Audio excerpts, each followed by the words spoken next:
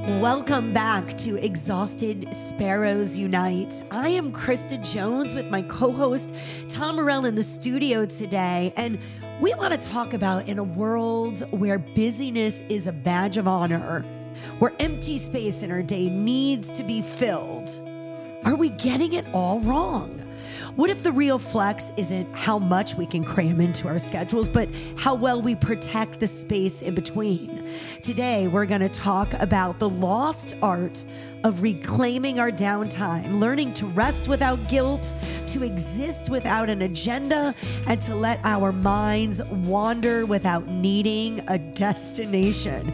Because maybe, just maybe, Tom, the best version of ourselves isn't the one that's running on fumes. It's the one that's just doing nothing, right? Right. So, which you and I know nothing about. So when you're actually, I know a little bit more about it than I probably should. And welcome, Tom. Tom and I both have nasally voices today. We do not get sick at the same time, but we're sick together in this space, a little bit nasally. You know what it is? It's because it's finally warming up outside. It's that temperature change. Whenever that happens, the nasal cavities start to, which make us sound so much better yeah. when we're on the air.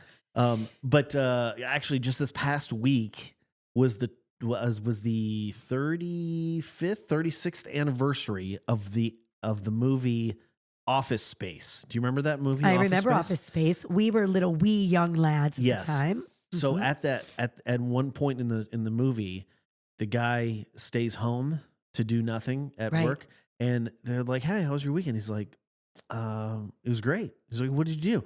"Nothing," and it was everything I hoped it would be. Yeah. So when you're talking about resting, that's what I think about, that mentality. Not the, hey, I had a restful weekend because we went to the movies and we went to the mall and we did this and we did that and we did this and I got some stuff done around the house. That's not the rest I think that we're talking about today, right? Well, I think so, but I also think that people are going to listen to this and go, "Oh, come on, guys. Like, I can't rest." You know, there's people out there that have 2 jobs, single income, single moms, single dads, college kids. We remember where. So I think that people also have this misconception that rest has to mean that you take an entire day off and you do absolutely nothing, right? Like, I think people have this physical perception of rest. And they equate the word rest with lazy. Yes. And that's one of those things that's like, no. That's not what we're talking about. We're not talking about being lazy. We're talking about resting. Right. Like a baseball pitcher has to rest in between pitches, in between times when they pitch. Right. A musician has to rest in between sets because it takes physical. They're not being lazy by sitting and resting their voice. They're recharging. And that's really, I think, the whole point behind rest in general, physically, is to recharge, is to reset yourself. Yeah. There's an allegory, right? Of two guys who were wood choppers, right? They're lumberjacks, and every day at lunch, they both start at the same time, and every day at lunch, the one guy leaves for an hour, and the other guy works through lunch, and at the end of the day, he after an hour, comes back. And then he finishes chopping the wood. And at the end of the day, they're both chopping the same amount of wood. And the guy says, "How is this possible? I'm working an extra hour. Sure. You're off disappearing. I don't even know what you're doing. What are you doing for that hour?" "Sharpening my axe." Yeah.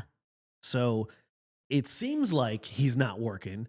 But what he's doing is he's taking a break to reset himself so that he can go back to work and be even sharper than he was before, literally and figuratively. So let's talk about physical first, right? Because rest means a lot of different things, but physically, it reminds me of Team Sparrow. So for those of you that don't know, this is all kind of come together because I have a charity here in the Hudson Valley of New York, and we feed people that are facing a cancer diagnosis. So, we have to recharge quite often. But one of the things that we do is this destination run every year.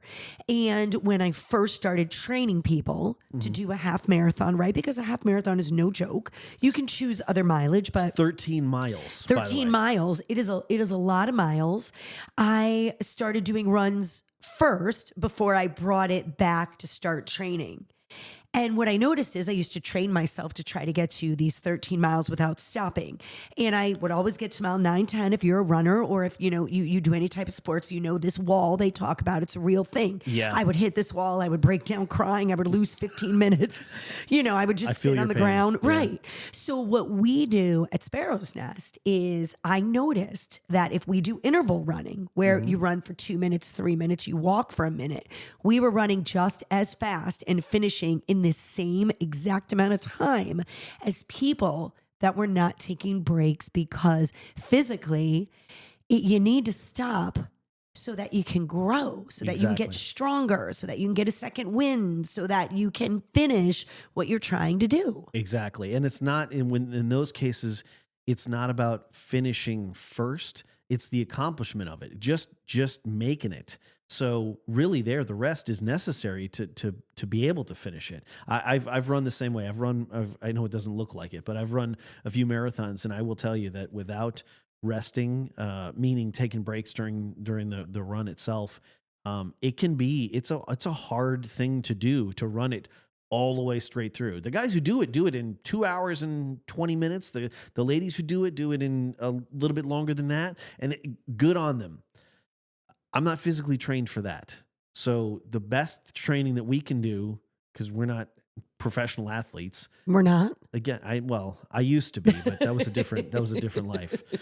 No, I wanted to be a professional athlete, but to your point, you're right. Is taking those breaks in between, it recharges so that you can go another 2 minutes. Right. And that's, with anything, right? When you're in the gym, you hear that all the time. You're not supposed to be working out 7 days a week. You're supposed to be working out 2 or 3. You're supposed to give it a rest day, because that's when your muscles grow, right? And then you go back into it. Even with dieting and all that stuff, they say, if you're on this regimented diet, give yourself a day, because your body needs to reset, and you got to kind of train it, to give yourself a break. So this physical rest, I think you and I do well. I think we're good on that part. But there's a lot of other resting. Yeah. That you and I may not do as well. We kind of have talked about this in the past. Tom, I don't know. We've been friends for, what would you say, like 20 years? It's almost 20 years. Yeah. Yeah. So we follow each other, and we kind of live the same life. So I want to talk about other resting, because of course physical is important. But if you don't rest in the other ways you need to rest, then the physical is really not going to matter. Mental rest, I want to talk to you about. Okay. Mental fatigue, right? And how you need it in order to recharge just your cognitive function. Yeah. Oh, 100%. If you've ever done, like back in the day, the old college all-nighter, we're going to pull an all-nighter. Yeah. No. I did that one time, and I learned my lesson from it. I'm better off getting 3 or 4 hours of rest and then coming back to it, rather than going to zero, emptying the tank completely, because then there is no getting up from that. True. Yeah. That's true. And it's interesting. I think of the biblical story where Jesus was out and he was about to preach to all of these people. And his apostles said, there's hundreds of people that are out there, and they can't wait for you to come out here and for you to, preach the gospel. And he said, I'm going to rest. Yeah. And I thought that was so interesting, because he knew that he could not be good for anyone else if he didn't first mentally recharge himself. And I just think in this world, being a parent, being on demand at your job, mentally, you are thrown things left and right every single day. And it's hard because we think of resting in that sense, like I said earlier about it being correlated with being lazy. That if you're not being productive, that it's lazy somehow. And I hear this all the time with my wife when I tell her, hey, listen, just sit and do nothing. And she sits for about 3 minutes, and then she has to stand up to rearrange something, or she's got to dust something, or she's got to wipe something, or she feels like, not because it needs to be done, but she feels like if she's sitting around, that somehow she's not being productive. Because it's the societal pressure to be productive. Yes. You can't possibly be doing everything you need to do, and you can't possibly be the best you can be, and you cannot possibly be living your best life if you are not busy 24 hours a day. That's kind of what we see. So she used to work in a restaurant, and they used to say, if you've got time to lean, you've got time to clean. So when the restaurant was slow, you didn't sit around, you had to do something. So it kind of comes from that kind of mentality too, is like, there's always something to do, always something to do, always something. But when there's always something to do, you never get that opportunity to rest, either physically or mentally. And to your point earlier about, us, I don't know if we suffer from it or not, or if we enjoy it or not, but the ADD that we have, that we live with, kind of prevents us from doing that in some ways. Yeah. Because for us, the relaxation or the resting always involves some sort of like, hey, I'm going to be on my tablet, or I'm going to be on my phone, or I'm going to be watching something, or I'm going to be, but I'm relaxing, I'm chilling, I'm not doing anything, except my mind is still chugging along. So you bring up a good point, because that's the social rest, right? Yeah. So we think that by taking a break, on the weekend and doing nothing, that being on our tablet is doing nothing. But these social interactions actually we're then emotionally invested. Yeah. We are physically invested. Our heart rate's going up. We're reading something political on one of these, so that's cheating. Yes. That is not resting. It's just mindless sitting. It's not true rest in that sense. Resting, I think, when I think of resting myself, socially or like emotionally or mentally, like that, is like taking the dog out for a walk. Like that to me is rest, because I try not to have a podcast playing. I'm like a podcast junkie, which is crazy because I'm on a podcast. Yeah. So I'm a podcast junkie, and everywhere I go, I seem to have it on, and I don't know if I don't know what reason is for it, but I feel like I have a compulsion to always have it on. So I find though that the times when I don't have it on, when there's just silence, when you just hear yourself in your own thoughts, that's true restfulness for me. Not just emotionally, but mentally and physically. Even if I'm doing something while I'm doing it, like walking the dog or taking a walk myself, or driving or something else like that. That's when I find when there's no noise, I'm just free flow thinking, just whatever comes to mind, that's what's out there. It's amazing what comes into your head when you've got nothing else to fill it with. Right. Does that sound weird when I say it like that? But a lot of stuff, right? Yeah. Things that you need to work on, things that you need to do. Like it is really interesting. I like the point that you said, you go outside, because I want to talk about that, because Tom and I joke, that, we have ADD and we've just never been diagnosed. And we totally do. We totally do. And we're not making light of it at all. There's a lot of clutter sometimes that goes in our mind, but I want to talk about 100%. clutter. Yeah. Because you said you go outside. Yeah. I need to go outside as well. I'm telling you this. I have learned that when I want to do nothing, it needs to be in a decluttered space. So if you're listening right now, something that I would encourage you to do that you are in control of is look around your office, look around your home. Yeah. If you have clutter anywhere, you need to get rid of that, because you think that you're doing nothing, and mentally that you're really, just being, but you're not, because that speaks louder than you can imagine. It's just subconscious, so you don't know it. So for instance, on Mondays here, I cook all day.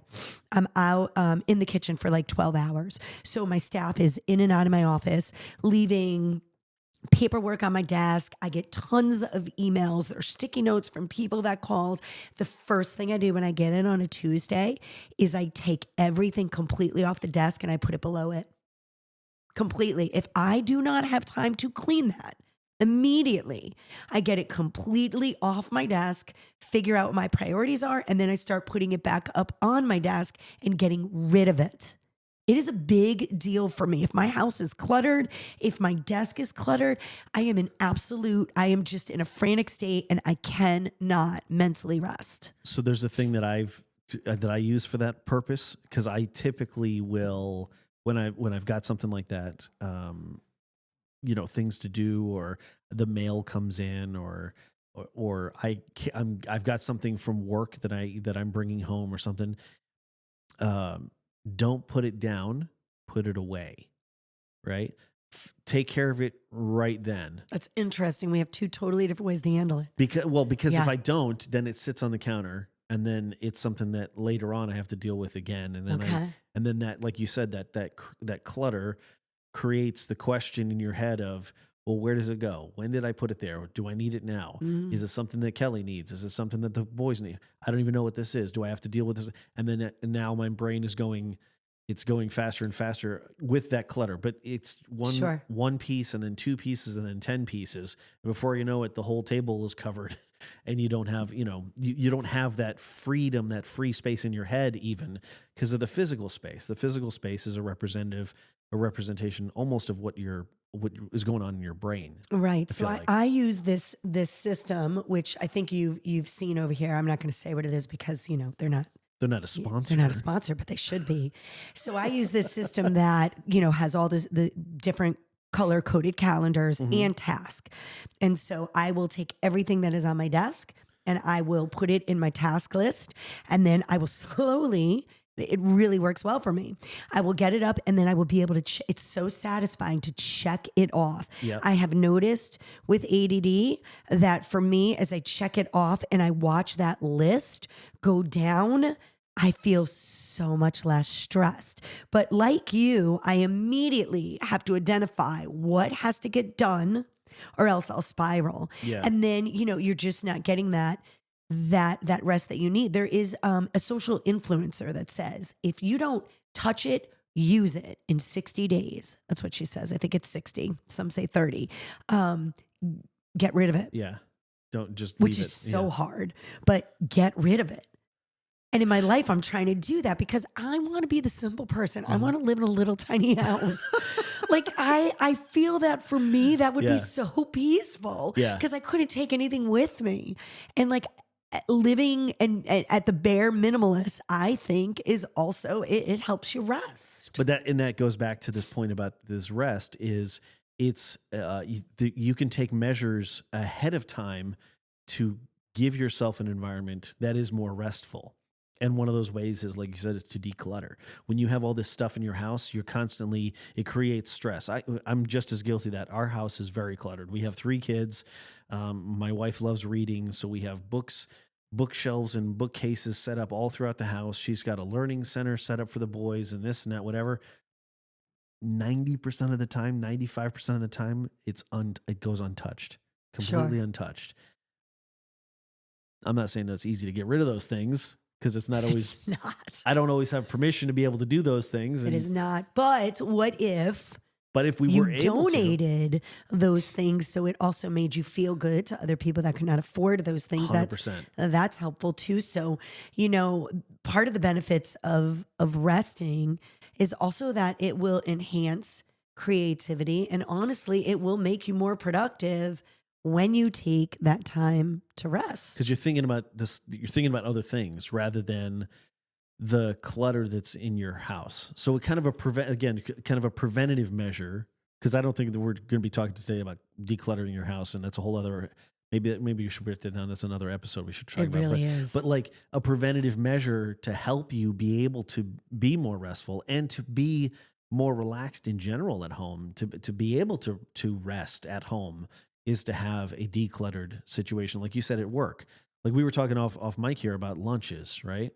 Like there's guys that I work with at lunch where I don't work with them at lunch. I mean, There's do you guys I even work take a with- lunch? Because I don't even think I'd take a lunch, but go ahead. Well, and Right. some people don't take lunches. You're Sure. right. Because they just work through it. Which is not good. But in the middle of the day, you're sitting there at your desk, you're answering emails while you're just shoveling the food into your mouth.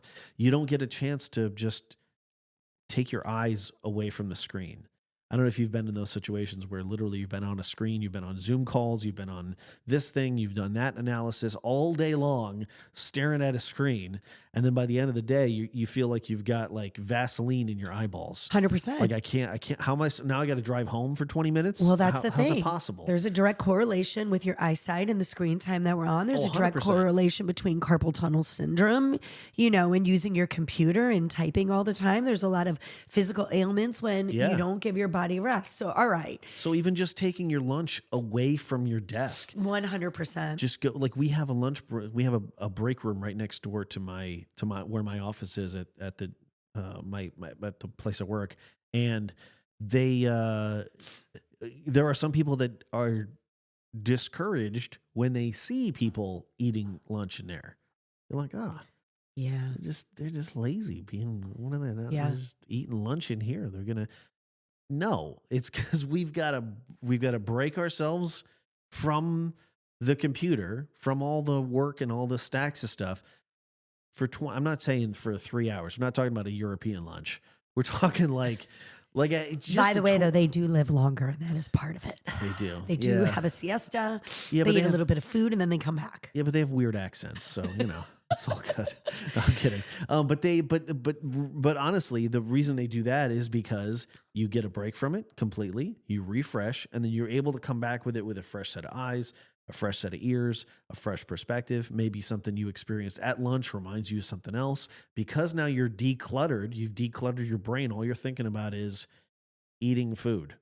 You brought up a good point too about the people that, are working through it and then they're mad at you for taking it. I think too, as a boss, I've learned I have to lead by example. Yeah. I'll work all day and all night, but I have to force myself sometimes to take that break because then my employees feel like, oh gosh, I shouldn't take a break. She doesn't take a break, right?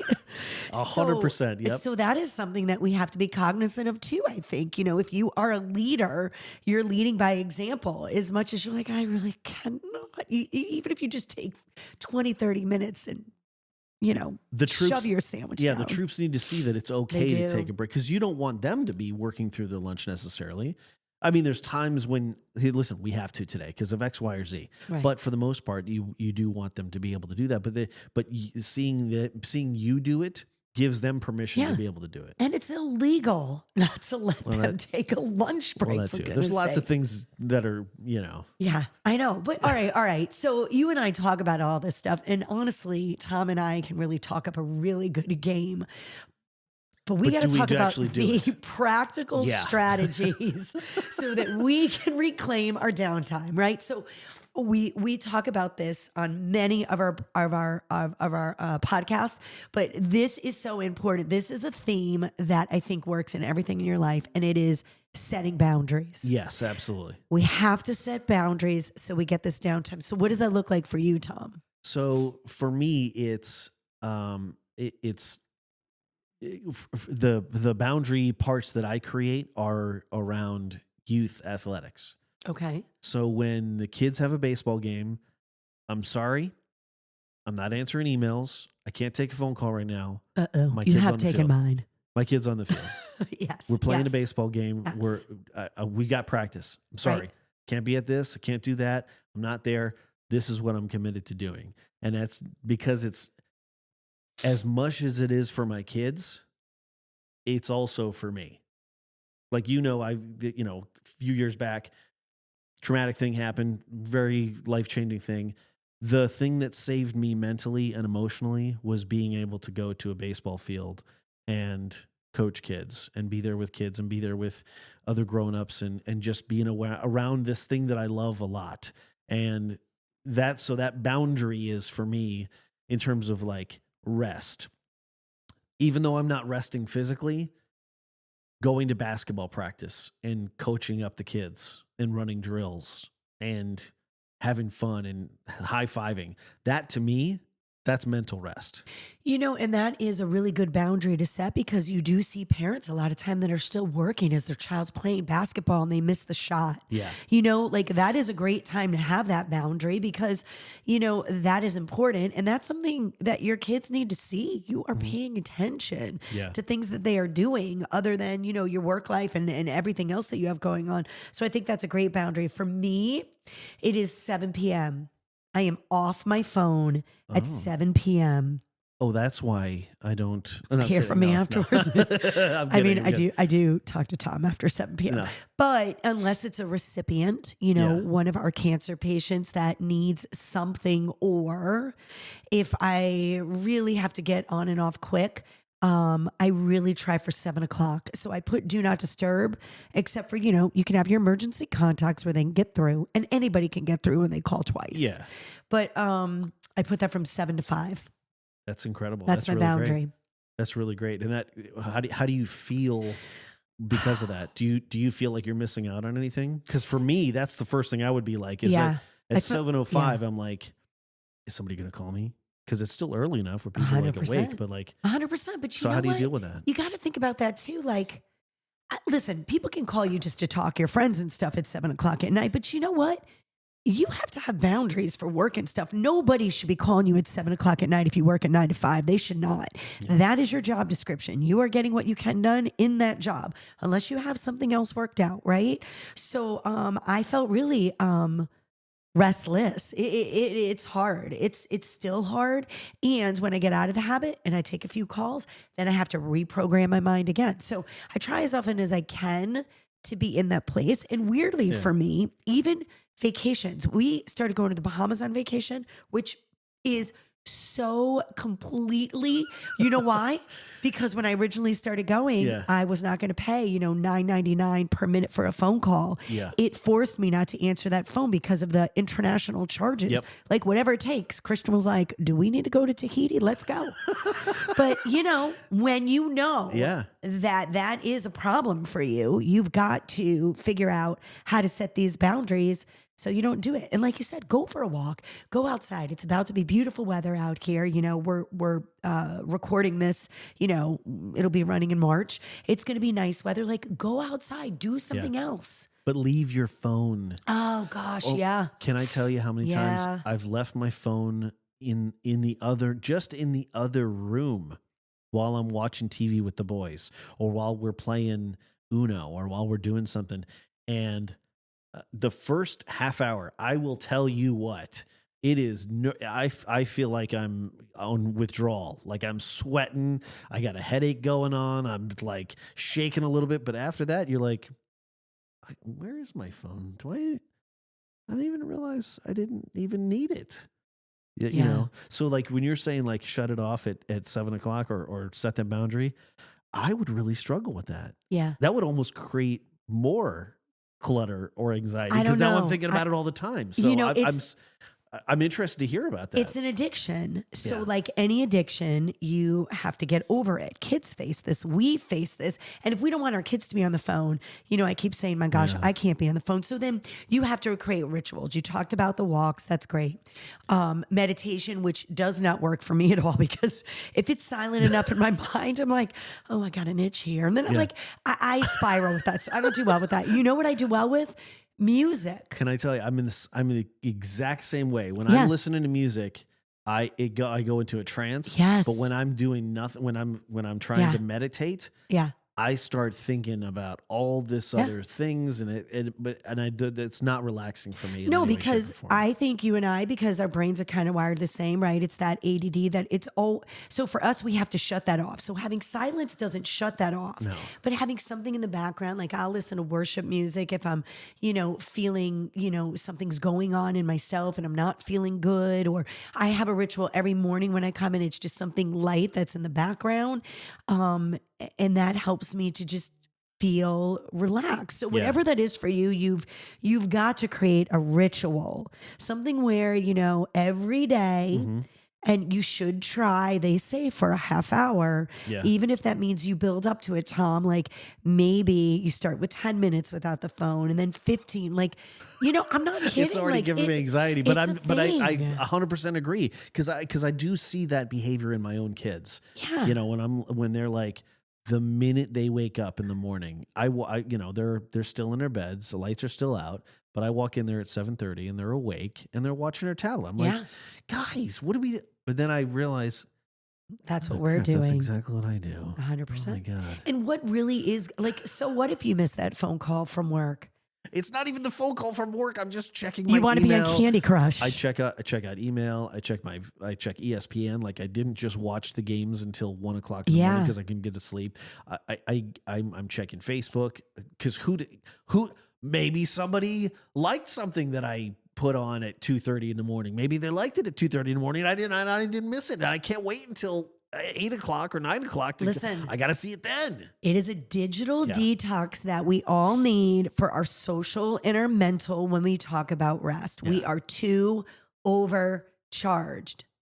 Absolutely. 100%. I totally agree with that. And another example of what we can do here to kind of, I don't know if it falls into the category of boundary, because I know you got like a list there that's like all organized and stuff, but so one thing that I find works is having my car be clean. Does that make sense? Like the inside of my car, like the inside that's part. your space. That's like your house. That's like your car. Not just that, but that's a space where I know that I can go. I can leave the house. I can go in there. I can leave my phone at home, or I can leave it unplugged or put it away or something like that. But I can get in the car, and there's not clutter in there. There's not extra garbage in there, and I can just drive. So that's a technique. You talked about walking. You can drive. You can listen to music. Yes. Everybody's different. But with the car specifically, right? Have the car be even if it's just the two front seats. Have that space be decluttered. Have that space be. I'm not saying clean, like vacuumed and all that polished up, but don't leave things on the front seat. Don't leave things in the cup holders and stuff like that. Just keep that area. I do anyway. And maybe I have different driving habits than other people do, but like I can't do that with my wife's car. She has a minivan. There's DVDs all over the place. Yeah. Every nook and cranny has a bag of Skittles that's either half eaten or there's fruit snacks in the cup holder. French fries from McDonald's from 2 years ago. Yeah, exactly. Yeah, yes. I get it. For some reason, still had a minivan as well. Yeah. So that space to me, that's not a restful place for me. Sure. It's a stressful place for me. So I get into my car though, and there's nothing in there. I don't have anything on the front seat. I'm good to go. I can relax there. I can actually clear my brain there. Let's talk about that though, because you do bring up a good point about, the kids and the minivan and all that stuff. Us as parents too, it would be helpful for us to say, whatever you come in the car with, you leave the car with, right? Like the national park. Right, because they are also facing all of this clutter in their lives too. So us not only doing it for ourselves, but saying to the children, we're not putting up with this. Your shoes are not going all over. They need to be right outside the door. They need to be, and I know you laugh because listen. No, I'm laughing because I'm seeing it in my head already. But it doesn't work. Yep. I know. It's hard. It's hard to stay on it, and it takes some practice, but you have to protect the process. That's why. For them, we need coping mechanisms for them too, so that they can feel decluttered and they can get the rest that they need. So can I have an ADD moment for a second here? I mean, we have this entire episode, so go ahead. Do you have one of those spots in your house where like everything lands? Like a junk drawer? Not a junk drawer, but like a physical, like my parents used to have this. It was like your mudroom? They had an exercise bike. Oh, in their bedroom, and everything that didn't have a spot ended up on that exercise bike. So when you walk into our house, it's in the back. The front door is up in the front. That's the only person that knocks on the front door is the neighborhood kids and anybody who's trying to sell us something. Yeah. So the back door is where we walk in. Right. Excuse me. So you walk in, the very first thing there is our dining room table. Okay. And there's a chair right on the corner. That chair, because there's No. only 5 of us, it's 6 chairs. You have to take a picture today. I will. That chair has shopping bags, Kelly's baseball bag, and I say baseball bag because when we do sports stuff, if you're a sports parent of any kind and you have an outdoor sport, Yeah. this bag has notepads, pencils. Yeah. It has snack bags and Put it in your trunk. Band-Aids. It has everything. Get it in your trunk, Kelly. Get it out of there. Yes. But there's shopping bags. There's her bag. Sometimes the kids will put like their wet jackets All will right, be wait. hung up on the And back. do you eat? Do you eat in this dining room with that chair in there? Tom, Yes. I feel like I now need to help you. We got to get that chair But out. you know what? But here's the other thing. We got to that get the happens. chair out because now your dining space, whether you know it or not, is not even I can enjoy my dinner. But it hits you the second you walk in the door. 100%. And So immediately now, you're like 100%. Yep. clutter in your face, and and now when the chair is full, the space on the table. No. So we Tom, listen to me. Are you I was okay? going to give everybody else homework, but I'm going to give you the homework. So here's what we're going to do. We do also have a Facebook page that we really haven't. Oh, I'm not posting a picture of this on you my so Facebook are. page. You so are. You're Kelly going to will post kill it. me. Well, whatever. Nobody's going to know. Nobody knows you.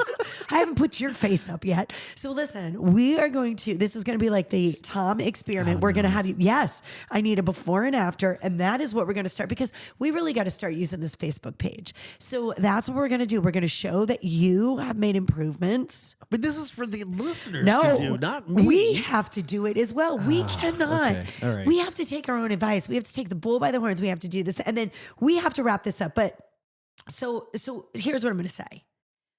I'm going to encourage everybody to try to find some rest in their day. I think, we could start with 5 minutes each because we don't want to make this a 30-minute thing. You're going to fail. And we're talking about true rest, like what we're talking about, not rest like, oh, I'm sitting and relaxing and watching Breaking Bad. Because by the way, that's not That's PTSD. that's not a relaxing That show and The at all. Handmaid's Tales. Yeah. I can't watch either of them, but go ahead. But like clearing your mind, clearing your space, Yes. clearing yourself of the clutter around you, so you can really rest, Right. and enjoy yourself and refresh yourself. That's the whole point of it is to reset.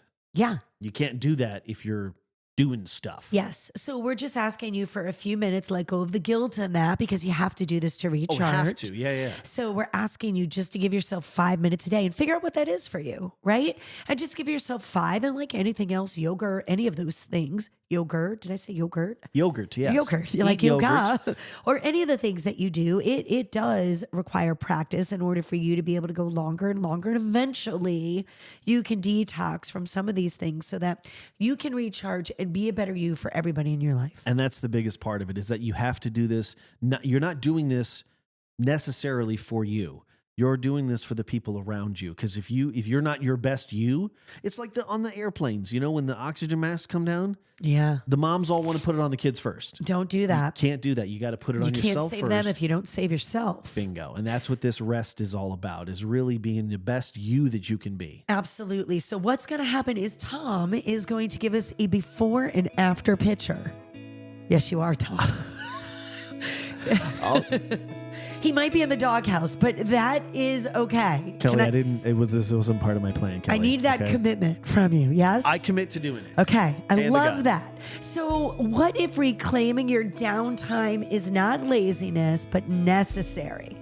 What if it's not wasted time, but the key to showing up as your best self? The world's going to keep spinning. The to-do lists they're honestly never going to disappear, but you need to pause. Go ahead. Take a long walk, as Tom said. Sit in silence. Listen to worship music, as I would. Stare out the window, but you need to reclaim your space, reclaim your breath, and in doing so, you need to reclaim you. Until next time, be kind to yourself and each other.